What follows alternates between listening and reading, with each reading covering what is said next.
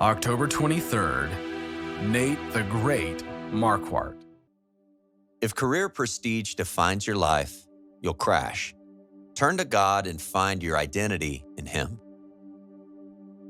UFC fighter Nate Marquardt scanned the Canadian arena. It was packed, but the numbers were nothing compared to the more than 1 million viewers predicted to watch live online. Nate expected to win, needed to win. The year before, he had earned the Strikeforce World title. Being a professional fighter brought prestige, and when you win, everybody loves you. Because of this, Nate became obsessed with winning, and being the best had become an idol to him. Nate had lost his last fight. To contend for the UFC World title, 2 losses in a row would be impossible to overcome. Not that he needed to worry, he had never lost 2 in a row. On this night, Nate walked across the ring, touched gloves with his opponent, Ellenberger. The bell rang. Nate tuned into his body, his balance, his movement, and his skill. Nate was better, he's faster, and more skilled than his opponent. Nate was a monster in the ring. Landing several heavy shots, the fight seemed to be going Nate's way. But then Ellenberger caught Nate with a single punch. Stunned, Nate fell to his knees. He tried to grab Ellenberger's knees for a takedown, but Nate couldn't defend against his opponent's repeated blows. The ref called the fight. In shock, Nate took one step and then another on the walk of UFC shame. Out of the cage, past the crowd, out of the arena. One mistake had cost it all. Nate went on home. The loss had stripped him of the prestige he craved, and he crashed. Over the next little time, the IRS called, sponsors dropped him, his marriage teetered on the cliff of collapse. Nate had believed in God, but now he doubted.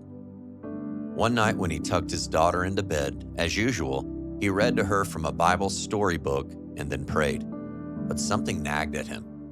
When she nuzzled into her pillow, he realized what was bothering him. He was a hypocrite. Was he telling his little girl a bunch of fairy tales? Nate watched his daughter slip into sleep. She was valuable, a miracle. Without a creator, how could there be this precious child? Nate realized he did still believe in God. The problem was, Nate was mad at God. A few days later, Nate and his wife found themselves zoned out watching TV on the couch. Suddenly, inside Nate's mind, a story unfolded. In chronological order, memories surfaced, things he had never thought about. It was the story of his life, but he wasn't the narrator. When it ended, Nate hopped off the couch. "God is real," he shouted. "God is with me. He's been with me the whole time." But that also meant that God had been with Nate through all of it. Having super strength has its perks around the house, like this. But my powers don't help me overcome my struggle with pornography. The problem with quitting porn is that it doesn't matter how strong you are. It won't work if you try alone. Go to CovenantEyes.com today and sign up with their 30-day money-back guarantee. Being free of porn is worth it. When anger had ignited his nasty temper, when he indulged himself in porn, during his indiscretions, God was there for all of those things. Convicted, he confessed to his wife. She listened, and then she watched. And he knew she was watching to see if he'd really changed. Nate wanted to live the rest of his life for God, but in the past he had failed, and this time he was afraid he'd fail again. He couldn't change himself. He prayed, "God, can you just change me?" God began to work in his life. The career idolatry, as well as the anger, lust, and materialism began to disappear. As a kid, Nate had heard that Christians were born again, but it never made sense to him.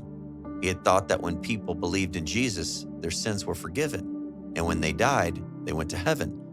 Until death, life was one long struggle with sin. But now there was real change, and change didn't come in struggle, falls, and failures. It came as he stepped into a brand new identity. The Bible called believers saints, not sinners. Romans 6:17 says, "But thanks be to God that though you were slaves of sin, you became obedient from the heart to that form of teaching to which you were committed. And having been freed from sin, you became slaves of righteousness. Now Nate wanted to behave like the person God had intended him to be. As Nate focused on his new identity, his need for prestige fell away. Nate's career no longer fed him. He still fought to win, but now it was God's praise he most desired. In your life, does career success or failure dethrone God? If career prestige defines your life, you'll crash. Turn to God and find your identity in Him.